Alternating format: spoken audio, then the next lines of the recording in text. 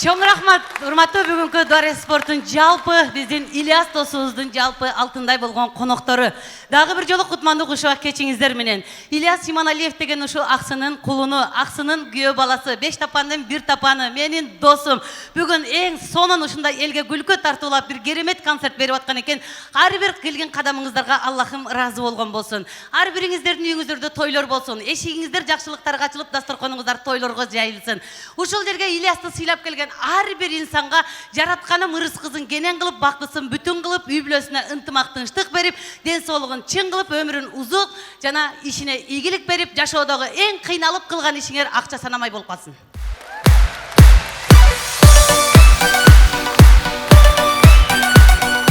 Чоң рахмат. Биз ушул канча жылдан бери Ильяс менен чогуу сахнада келатабыз. Булар деген менин устаттарым деп койсом болот. Рахман агайдын колуна менен бир канча жыл мурда келишкен жигиттер. Булардан кийин биз 5-6 жылдан кийин 5 авушка 5 кемпир болуп түптөлгөнбүз. Ошол 5 авушка 5 кемпирден Рахман агай көптөгөн кыздардын арасынан баягы бирөө турмушка чыкети, бирөө дагы бирден ушундай болуп келип, жалгыз калган, бирок мени жалгызсыратпай, ар дайым жанымда жан шерик болуп жүрүшкөн, дайымда жалгыздыгымды билдирбей колдоп коштоп келишкен ушу 5 тапан куудулдар тобунун менин бир туугандарыма чоң ыраазычылык билдирем. Дагы да болсо ушуларга Кудайдан чыгармачылык, ийгилик жана ушундай албан жакшылыктарды Аллахым бере беришин каалайт элем. Баарыңыздарга чоң рахмат алтындарым.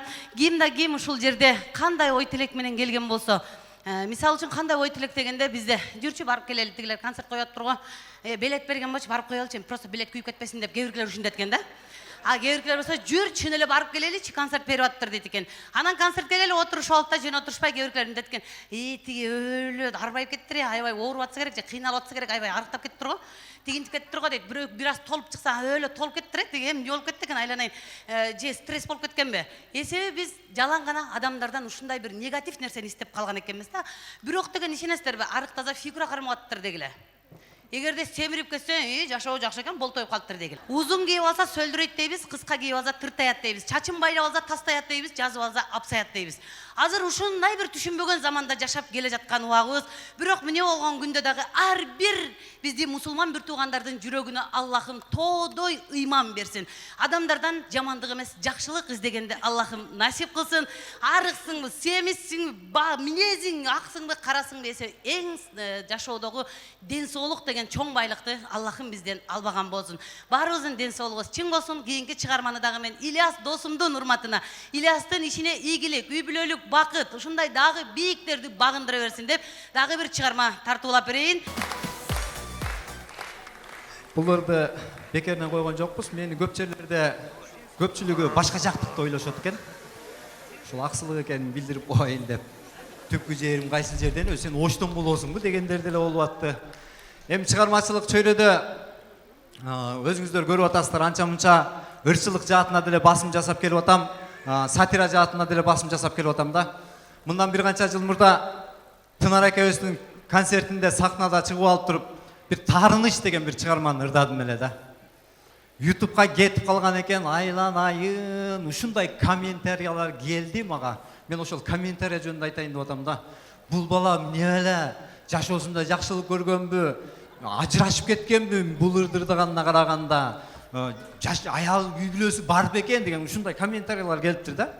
Өзү негизи ушу чыгармачыл инсандарды мындай интернеттен көргөнүңүздөрдө мындай чыгармачылыгына эмес, жеке жашоосуна жаман кызыгасыңар, байкайсыздарбы ошону өзүңүздөр, Урматтуу бишкектик агайындар, эмдиги жылы бир жылдан кийин Кудай буйруса 4-5 январда Улуттук филармонияда Союзбек Сейиткалиев адатынча дагы жалгыз концерт коюп атат. Буну билесиңер, ичине толуп калса эле концерт коюп коет. Толуп калып турушу зорго чыдап атат, эмди жылга чейин чыдап бер деп турабыз. Буйруса сонун какшыктар, Союздун тамашалары көбү какшык жана турмуштан алынган сонун үй бүлөлүк тамашаларды айтмакчы. Андыктан бактылуу үй бүлөлөрдө келип өз жашооңуздарды Союздун тилинен угуп кетиңиздер. Çakırıp koy soke görmanlarını konsertine çağırıp oy. Gelingizler gütasiz bazıda. Ya vardım 5 menen 4'ünde.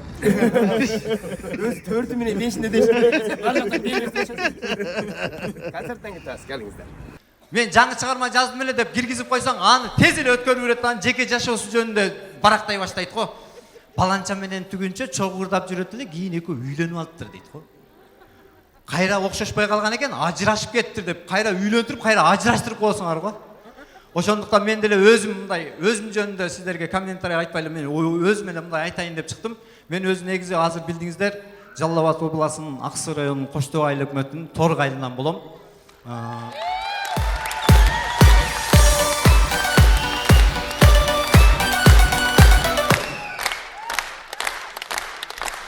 Рахмат. 6 бир туугандын 5-симин. Анан мен көбүрөөк чыгармачылыкка басым жасап чыгармачылык чөйрөдө жүргөнүм үчүн мен шаарда көбүрөөк жашайм да. Шаарда жашаганым үчүн менин туугандарым шаардан үй алып шаарга көчүрүп койгон. Негизи өз жашоодо туугандардын ичинен шаарда жалгыз жашагандан жаман неудобный акыбал калып келет экен да. Себеп дегенде айылдан кимдин иши болсо бардыгы келип алып сенин үйүңдө жашайт турбайбы? Окууга тапшыра турган абитуриентиң дагы сенин үйүңдө жашап аткан, окуудан айдалып кеткен студентиң дагы сенин үйүңдө жашап аткан, больницага көрүнгөнү келген дагы сенин үйүңдө жашап аткан, үй алайын дедим эле деп коюп туруп сенин үйүңдө жашап аткан, Россияга кете турган через сенин үйүң аркылуу кетет го. Кетип атканда ушундай абышайт этип кетет, Россиядан келгенде ушундай шоколаддарды жейбиз дейсиң.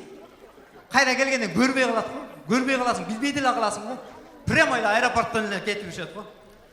Шоколад биякта калып кетип эле. Тынбай эле үйдө конок тосо берсең, кадимкидей коркуп калат экенсиң, Чын. Көчөдөн бирөө чоңураак сумка көтөрүп келип аткан болсо, кадимкидей жүрөгүм түшөт да, ушул менин үйүм эмес болду экен. Жана күнү классташтарым чалып калды. Досум ысыктын күнүндө бир классташтар чогулуп ысык көлгө барып эс алып келели деп атабыз дедилер. Жакшы болгон турбайбы? Качан барайлы деп атабыз эми. Айылдан качан келесиңер десем. Эми айылдан прямо эле көлгө бара турган болсок чарчап калат экенбиз. Бишкекте бир күн эс алып туруп, анан кийин көлгө барабыз дедилер. Кадимгидей жүрөгүм түшүп калды. Менин үйүмө келип жашайсыңарбы? Десем, жок, ошону айтайын деп атам. Сенин үйүңдө эмес, ошо гостиница мейманкана сүйлөшүп кой, ошол жерге барып эс алып анан кетебиз дедилер. Сүйүнүп мейманканага бардым. Гостиница сүйлөшүп коеюн деп мейманканага барсам, жанагы мейманканада конок тоскондордун директорунун настроениясы жок экен. Эмне болду? Эмне настроенияңыз жок десем, көрүп атасың го, сода жок, клиент жок, настроения жок дейт. Мен айттым, мейманканаңардын атын өзгөрткүлө дедим. Кандай кылып өзгөртөбүз дедим. Мына достук мейманканасы деп жазып коюпсуңар, болбойт бул дедим. Алып салгыла дедим. Алып салып туруп ордуна Ильяздын үйү деп жазып койсоңор дедим. Менин үйүмө келип аткандар бүт силердикине келет дедим. Силер да жыргап сода кылып каласыңар, мен деле жыргап жашап калам дедим. Негизи бура сүйлөгөн бир аз күлгөнгө жакшы деп коебуз. Айрыкча кыргыздарда айтылат эмеспи? Канча бут кирсе, ошончо кут кирет деп коет. Дагы бир рет тамашабызда кош көрүпсүздөр. Кош келипсиздер.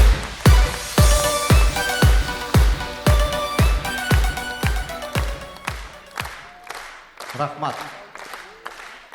22 жыл болуптур ушул сахнада кызмат кылып жүргөнүмө, элдин кызматын кылып жүргөнүмө 22 жыл болуптур. Буга чейин ушул шаарда жер үйдө көрүнгөн квартирага көчүп жашап жүрөт элем. Быйыл буйруса сиздердин кудуретиңиздер менен сиздердин артыңыздардан куттуктап деле койсоңуздар болот. Дом алып домго көчүп өттүм туугандар.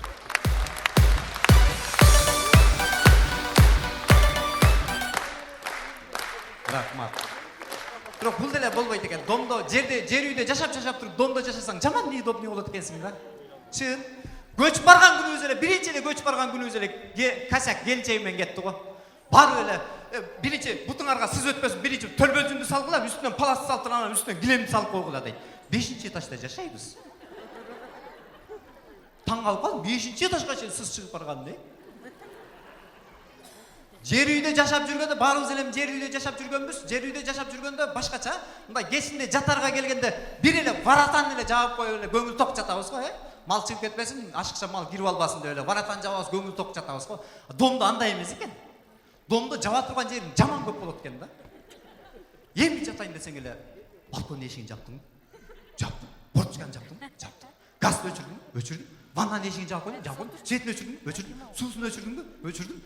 Главный eşikti jaптыңбы дейт. Главный eşik бул эми жана бронированный эшик деп коет экен, главный эшик. Аны култай турган жери жаман көп болот экен дейт.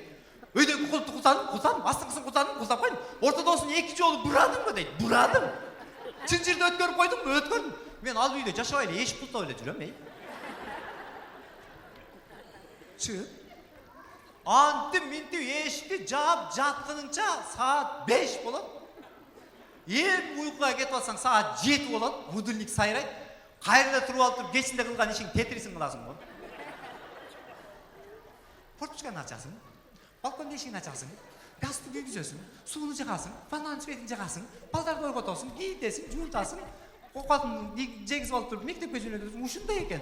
Бир кассета кайра кайталана берет экен. Негизи муну мен айтып коеюн деген себеби бул дагы болсо алдыга карап жылуу жана өнүгүү деп ойлойм. Бардыгыбызга деле мына ушундай өнүгүүлөр, жылуулар жугуштуу боло берсин дейли. Чоң рахмат.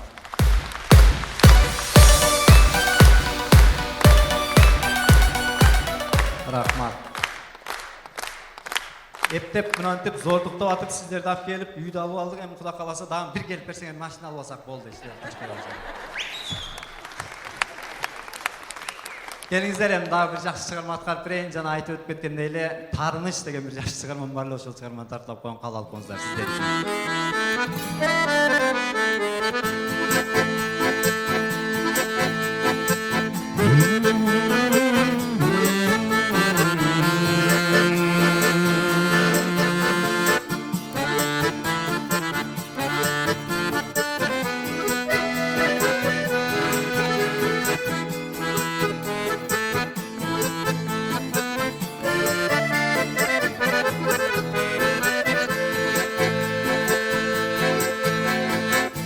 Ajayip koz baştala, jagımdı sözdür taştala, araga түшкөн aradam, түндүгүн buza baştaşa.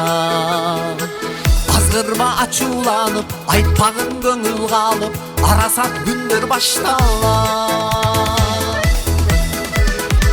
Senin көңүлүң kalsa, menin da көңүлүм muzdagan.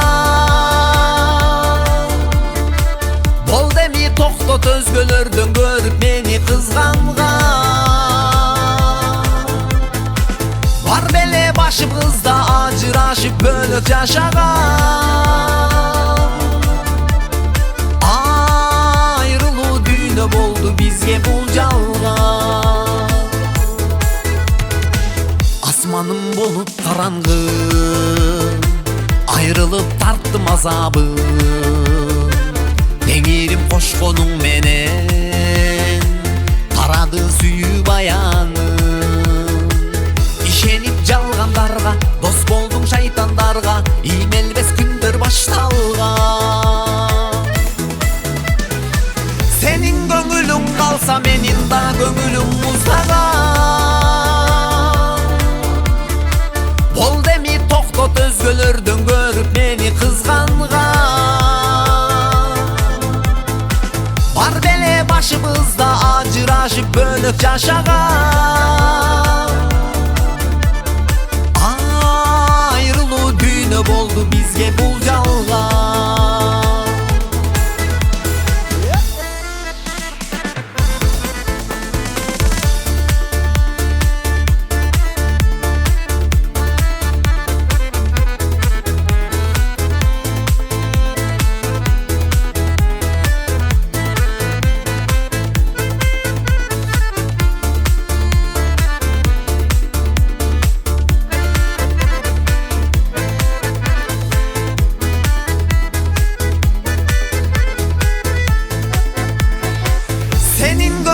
Kalsa menin da көңүлүм muzdagan.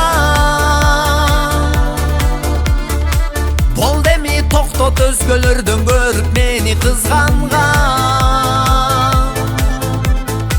Var bele başımızda acıraşıp bölüp yaşagan. Ayrılığı düğünü boldu bizge bul jalgan.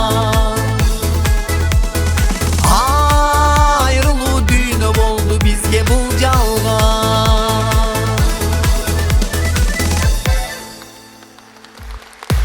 Çok rahmat. İlyas İmanaliyev.